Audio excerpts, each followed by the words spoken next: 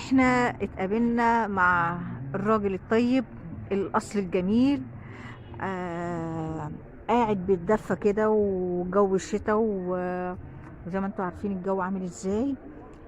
هنتكلم معاه لانه لفت نظري وعايزه اخد منه كلمتين حلوين في القعده الجميله اللي بتفكرني بالقعده بتاعت زمان، بتاع الغيط.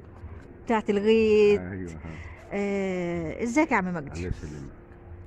قبل ما اعمل اللقاء قلت لي اسمك عم مجدي، فانا كده عايزاك تعرف الناس عم مجدي الزمن الجميل الزمن الحلو، هيقول لنا كلمتين كده على المشي. عمر الزمن، يعني الزمن الجميل عمره ما يرجع تاني. احنا في زمن يعلم به ربنا دلوقتي، الاخوات بتاكل في بعضيها. انت طبعاً. عايز تدخلني كده وتقول لي، يعني كنت لسه هسألك ايه رأيك في العادات والتقاليد بتاعت زمان والعادات والتقاليد لا، بتاعت عمرها دلوقتي؟ ما تتعوض بتاع زمان، عمرها ما تتعوض. يعني انا دلوقتي انا عندي 65 سنه، عمري ما شفت في الايام اللي انا كنت عايشها زي الايام دي. مم.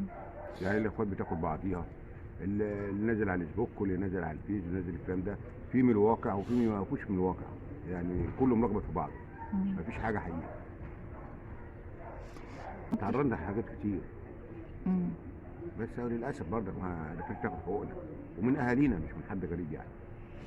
من اهالينا ما عرفناش ناخد حقوقنا، وربنا هو اللي بيخلص الحق. ونعم بالله. بس انت برضو الحمد لله راضيين انا راضي باللي يديهوني ربنا. ونعم بالله. الحمد لله. ونعم بالله. انت عندك ولاد يا عم مجدي؟ عندي 3 بنات وولد محمد. ربنا يخليهم لك يا رب. طب تحب تقول ايه للشباب اللي طالعه جديد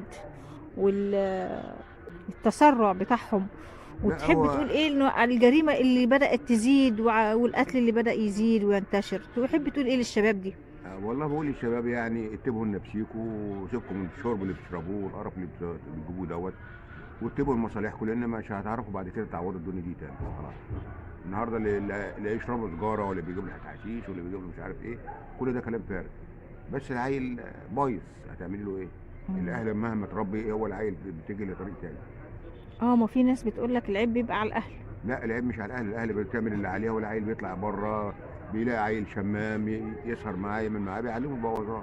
يعني شكرا يا عم مجدي وانا سعيده بوجودك وبلقائك والقعده الحلوه اللي انا مش عايزه اتحرك من جنبها، وحاسه ان انا بتدفى معاك. لسه هنعمل شاي كمان اهو. شاي على الحطب. جميل يا عم مجدي، جميل. تسلم يا عم مجدي.